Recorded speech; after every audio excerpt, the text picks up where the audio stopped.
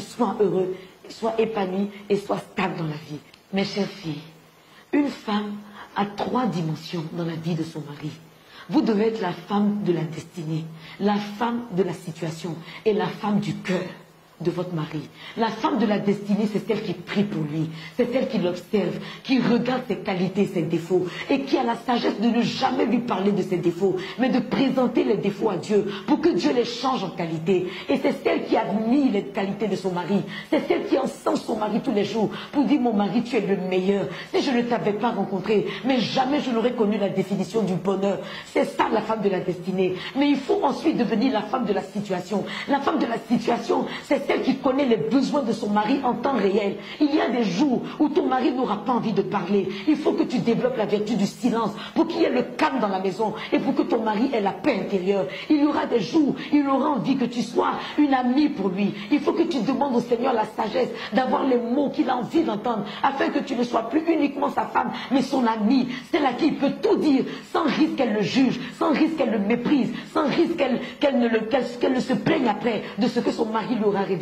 Il faut enfin que tu sois la femme de son cœur. Il faut que tu sois amoureuse. Il faut que tu sois aimante. Il faut que tu sois douce. Il faut qu'à travers toi, ton mari ait toujours envie, il te désire chaque jour, parce que tu t'habilles pour lui plaire, parce que tu utilises tous les attributs que le Seigneur t'a donnés, physiques, émotionnels, afin que son cœur soit toujours dans la joie quand il pense à toi. Il faut que quand il est stressé, quand il pense à toi, il ait envie de courir et rentrer à la maison, parce qu'il a 3 femmes. Il a sa mère, qui est la femme spirituelle qui prie pour lui. Il a son amie, qui est la femme de la situation, qui peut l'écouter, qui peut l'aider à décompresser du stress de la journée, parce qu'elle ne va pas le juger après avoir entendu qu'il a fait des erreurs, qu'il n'a pas été forcément à la hauteur dans chaque situation. Et il faut qu'enfin, il ait son amante, celle qui va savoir l'aimer, celle qui va savoir être attentionnée, celle qui va savoir lui dire des mots doux, qui vont lui donner le sentiment qu'il est le meilleur homme de la terre. Sois cette femme pour ton mari et il te comblera de bonheur. Mon très cher fils,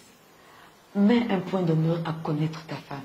Aie la révélation de la mission qu'elle a dans ta vie et de l'équipement que Dieu a dû lui donner afin qu'elle réussisse cette mission. Ma très chère fille, connais ton mari. Aie la révélation de la mission que Dieu lui a confiée dans ta vie et de l'équipement que Dieu a également dû lui donner pour qu'il